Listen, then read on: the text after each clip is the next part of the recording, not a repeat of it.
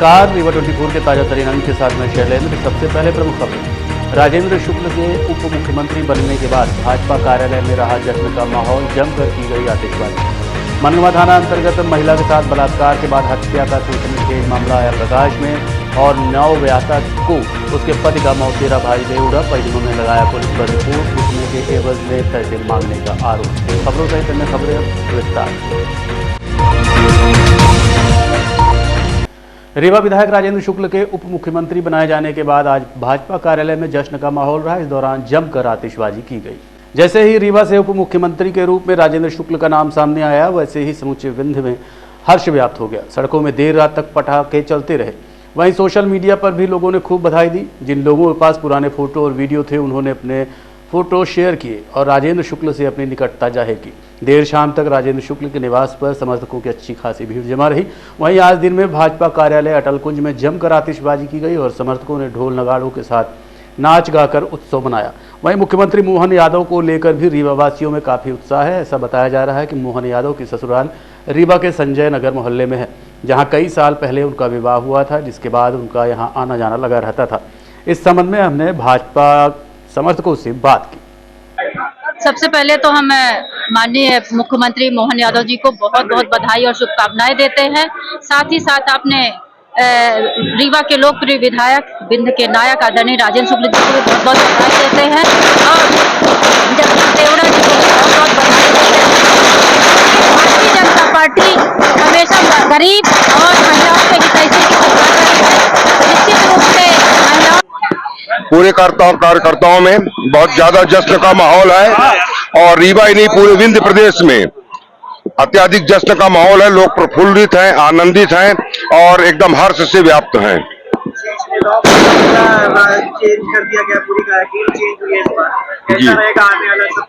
सब अच्छा रहेगा। ऊपर के नेतृत्व ने अगर कुछ निर्णय लिया है, सोच समझ के निर्णय लिया है और आशा ही नहीं पूरी उम्मीद है नए मुख्यमंत्री जी, उनकी जो नई कैबिनेट है वो बहुत अच्छा काम करेगी और भारतीय जनता पार्टी के द्वारा जो विकास के शासन। देखिए, सबसे पहले तो मैं भारतीय जनता पार्टी के केंद्रीय नेतृत्व, प्रदेश नेतृत्व को धन्यवाद देता हूं कि उन्होंने विंध्य को डबल सौगात दी है। आदरणीय मोहन यादव जी को मुख्यमंत्री बनाकर, क्योंकि वो हमारे विंध्य के, हमारे रीवा के दामाद हैं, इसलिए विंध्यवासियों को वो बहुत बड़ी खुशी उसकी भी है। और हमारे विंध्य के जनप्रिय नेता, लोकप्रिय नेता, विकास के पर्याय, हम सबके अग्रज माननीय राजेंद्र शुक्ला जी को इस बार डिप्टी सीएम का जो पद केंद्रीय नेतृत्व, प्रदेश नेतृत्व ने दिया है, इससे पूरे विंध्य में लोगों में हर्ष व्याप्त है और खुशी की लहर है। क्योंकि जो विकास की यात्रा आदरणीय राजेंद्र शुक्ल जी के नेतृत्व में पूरे विंध्य में प्रारंभ हुई थी, उस विकास यात्रा को अब नए पंख और लगेंगे। और जब हमारा नेता अब डिप्टी सीएम ही हो गया है तो बहुत सारे निर्णय उनके हाथ पे होंगे। इसलिए हम विंध्यवासी गौरव से बिल्कुल उत्साहित हैं और हम लोग उनको ढेर सारी धन्यवाद ज्ञापित करते हैं।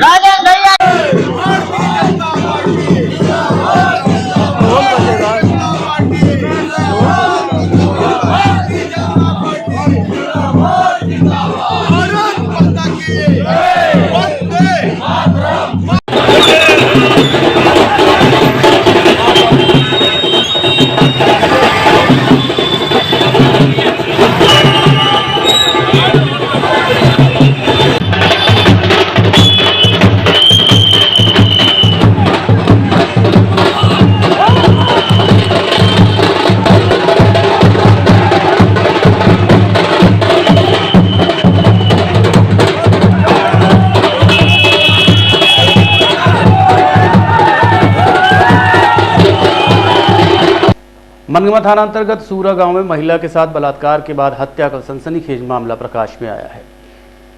बताया जा रहा है कि रविवार की देर शाम महिला की हत्या घर के अंदर बंधक बनाकर कर दी गई। इस दौरान घटना की सूचना जब मनगवा पुलिस को दी गई तो मौके में पुलिस पहुंचकर पड़ताल शुरू की।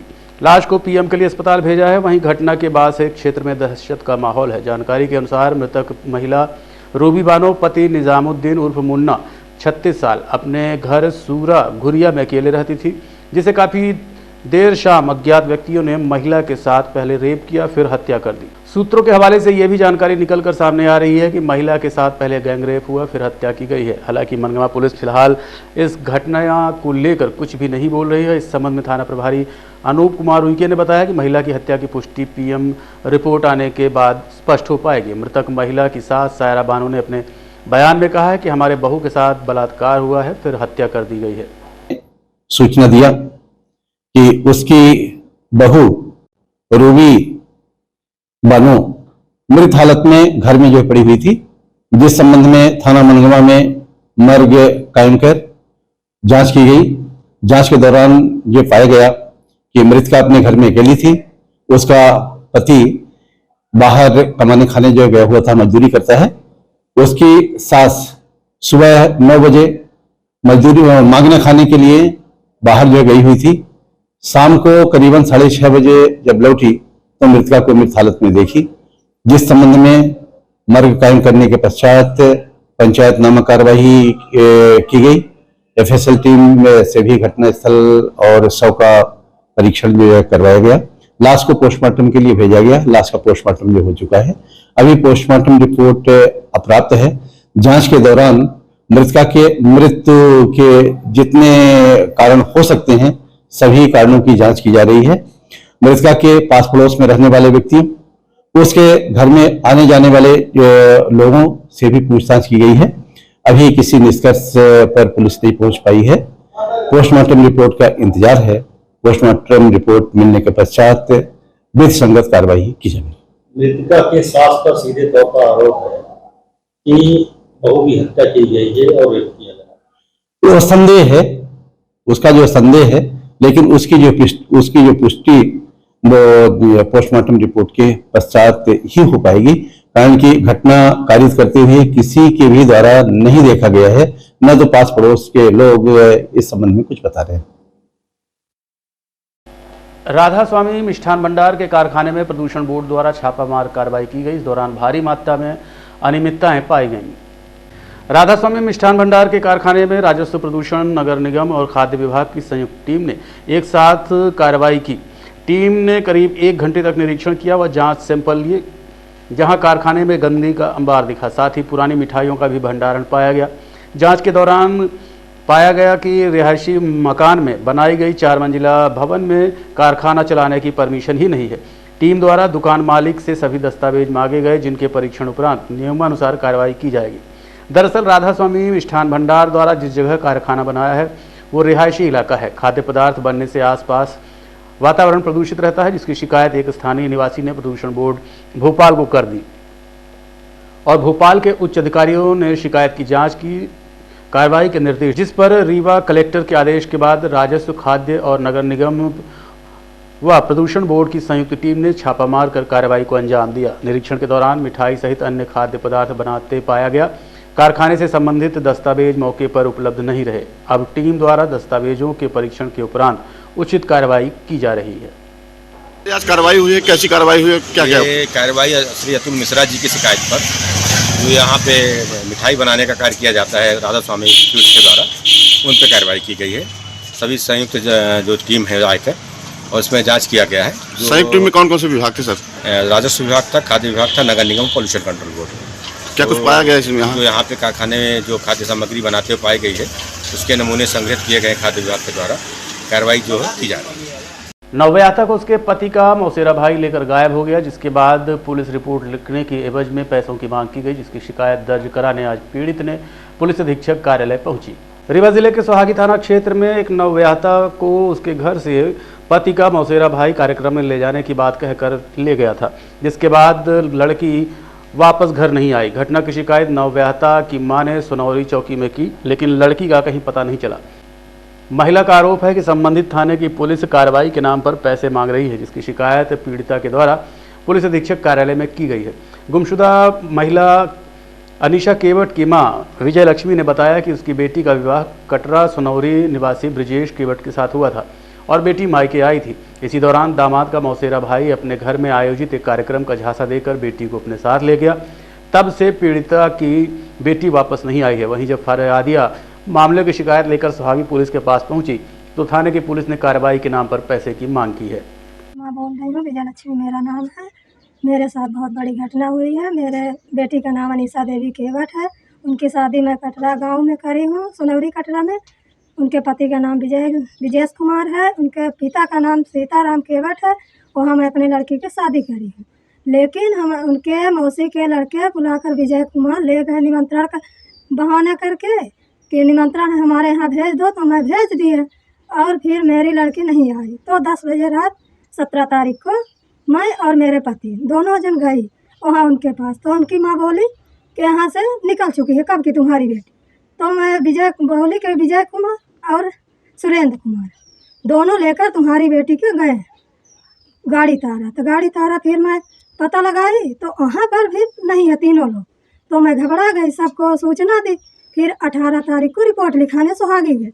हमारे साथ बहुत बड़ी घटना हुई है, लेकिन पुलिस प्रशासन कोई सुनवाई नहीं कर रही है। पुलिस ने हम रिपोर्ट जो बोली कि हमारे रिपोर्ट लिखो, पुलिस प्रशासन नहीं लिखी, गुमशुदा के रिपोर्ट लिख दिए। हमारी लड़की का आज तक कोई पता नहीं चल रहा है। हम पुलिस प्रशासन से हमारे इतना निवेदन किए, सुनौरी के पुलिस आए तो घूस मांगने लगे, कथन लिखाने लगी, लेकिन हमारी कथा पूरी नहीं लिखी गई। तो मैं बोली कि सर मेरी कथन लिखो, तो वो नहीं लिखे। 2 अक्षर लिखे और सादे कागज में मेरे पति से साइन करा लिए। बोले कि यही कथन तो तुम्हारा पति का भी होगा। तो हम कहें जी यही है, लेकिन वो नहीं लिखे। हमारे पति से सादे कागज में साइन कराया गया। फिर पुलिस वाले कोई कार्रवाई नहीं की, घूस भी मांगे। हम लोग कहें गरीब आदमी हैं, हम कहाँ पाए घूस। फिर वो लोग चले गए। आज तक कोई सुनवाई नहीं हो रही है। तो हम सुहागी में गए हैं, लेकिन हमारी रिपोर्ट नामजद्दी नहीं लिखी गई। इसलिए हम लोग CSP गए, वहाँ पर सूचना दी। अब यह CSP से हमारा निवेदन है कि हमारे लड़की का खोज किया जाए। हमारे लड़की के कहीं भी हो हमें सामने ले आके कर। हमका पूरी शंका है कि हमारे पति हमारे बच्ची को मृत घोषित कर दिया गया है, मार दिए हैं जान से। इसीलिए हमारे लड़की का आज तक पता नहीं है। और पुलिस भी कोई कार्रवाई नहीं कर रही। सुहागी का पुलिस कोई कार्रवाई नहीं, सब घूस खाकर बैठ गए। ये है आवेदन SSP ऑफिस हम गई थी, वहाँ भी दे चुकी है। SSP साहब से हमारी यही निवेदन है कि हमारी लड़की कहीं भी हो, अनीसा देवी, उसका लाया जाए। हमारे सामने हम लोग का यही डर है कि हमारे लड़की को मार के गायब कर दिया। या विजय कुमार का माता पिता धमकी भी देते हैं कि अगर आपकी लड़की मिल जाए तो फिर बताना, कभी तुम्हारी लड़की नहीं मिलेगी। इसलिए हम लोग आपसे CSP साहब निवेदन है कि हमारे लड़की का कहीं भी हो, हमारा लड़की का ढूंढ कर आपसे विनती करती हूँ, हमारे लड़की का ढूंढ कर लाओ। ये सुहागी के पुलिस और सुनौरी की पुलिस घूस खाकर सब बैठी है, कोई कार्रवाई नहीं कर रही है। हम आपके पार पड़ती हूँ, निवेदन करती हूँ कि हमारी सुनी जाए, हमारी लड़की का खोजा जाए। रीवा के चौराहा थाना क्षेत्र में आज सुबह एक युवक को उसके ही कमरे में फांसी के फंदे से लटकता हुआ देखा गया। घटना की जानकारी मिलने के बाद चौराहा पुलिस मौके पर पहुंची, जहां से पंचनामा कार्रवाई के बाद युवक के शव को PM के लिए संजय गांधी अस्पताल भेजा गया। घटना के संबंध में मृतक रिंकू वर्मा के परिजनों ने बताया कि आज सुबह तकरीबन 10 बजे जब उसकी मां कमरे की ओर गई तो फांसी के फंदे में लटक रहा था। परिजनों का कहना है कि मृतक शादीशुदा था और 2 दिन पूर्व उसकी पत्नी व बच्चे अपनी ननद के यहाँ रतहरा गए हुए थे। मृतक अपने घर में अकेला था। उन्हें घटना की जानकारी सुबह 10 बजे हुई। प्रथम दृष्टया माना जा रहा है कि युवक ने फांसी के फंदे पर लटक कर अपनी जान दी है, लेकिन घटना क्यों हुई, इसके कारण क्या थे, इस बात की जाँच पुलिस के द्वारा की जा रही है। क्या नाम आपका? रामू कुमार वर्मा सर। कौन है आप? हमारे छोटे भाई हैं। क्या घटना हुई है? ये हमारे फांसी लगा के महात्मा कर लिए हैं। कैसे पता चला आपको? सुबह जब मम्मी गई है आपके वहाँ दूसरे छत से पानी भरने के लिए, तो मम्मी देखी हैं कि फांसी हुए लटकाए हुए, तब हमको फ़ोन लगाई हैं। अपने कमरे में? अपने कमरे में, हाँ, जिस कमरे में सोते थे। इनके जो बच्चे और जो पत्नी थी तो वो बुआ के यहाँ गई थी। हाँ, बच्चों को बुआ के यहाँ, मतलब हमारी बहन के यहाँ। कारण नहीं पता चला क्यों लगा ली? कारण अभी तक तो नहीं पता चला है। क्या काम करते थे ये मजदूरी करते थे सर। रहने वाले कहाँ के? करैया मंडी। देखते रहिए रीवा 24 न्यूज। मिलते हैं छोटे से ब्रेक के बाद। Pentium point group of institutions, a key to success. जी हाँ, Pentium point group of institutions, जहाँ पर आपको मिलते हैं BA LLB 5 year full time programme, LLB 3 year full time programme bar council of India से मान्यता प्राप्त हैं। MBA के 2 year full time programme AICTE new Delhi से मान्यता प्राप्त हैं। Pentium point college of pharmacy T pharma 2 year full time program PCI New Delhi द्वारा मान्यता प्राप्त। पेंटियम पॉइंट टेक्निकल कॉलेज में स्नातक व स्नातकोत्तर के सभी पाठ्यक्रम संचालित हैं, जिनमें प्रवेश प्रारंभ है। हमारा कॉलेज कोड है P500। याद रखिए, सामान्य वर्ग BPL कार्ड धारकों को शिक्षण शुल्क में छूट व SC ST OBC छात्रों को मध्य प्रदेश शासन के नियमानुसार छात्रवृत्ति। आप संपर्क कर सकते हैं हमारे हेड ऑफिस में, जो है हेडगेवार नगर रेडियो कॉलोनी के सामने रीवा, और कॉलेज कैंपस में जो है करहिया सिमरिया रोड और हरदी सिमरिया रोड रीवा में। अधिक जानकारी के लिए हमारे फोन नंबर पर संपर्क कर सकते हैं। हमारा फोन नंबर है 07662438035। मोबाइल नंबर पर भी संपर्क किया जा सकता है, जो है 9992084339।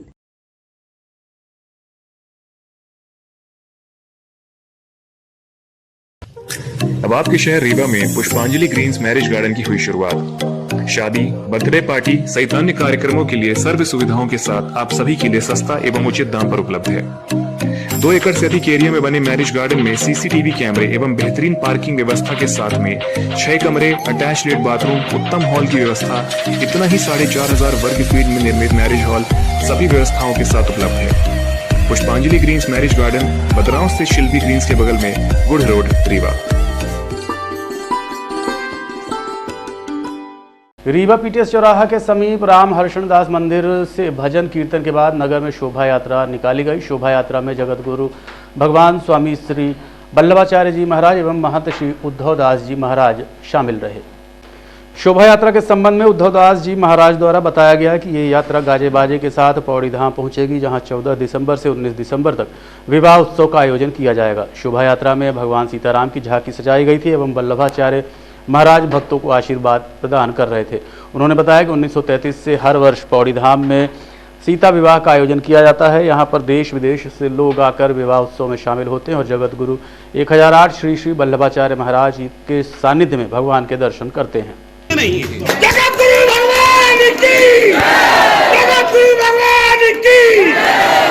आज हम सब यहाँ से पौड़ी धाम के लिए चलेंगे। पौड़ी धाम अनंत श्री विभूषित आचार्य प्रेमावतार भगवान की जन्मभूमि है।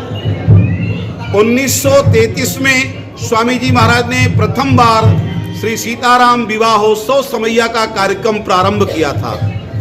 91 ये वर्ष पूरे हो जाएंगे इस समैया से। यह 91वां सीताराम विवाहोत्सव।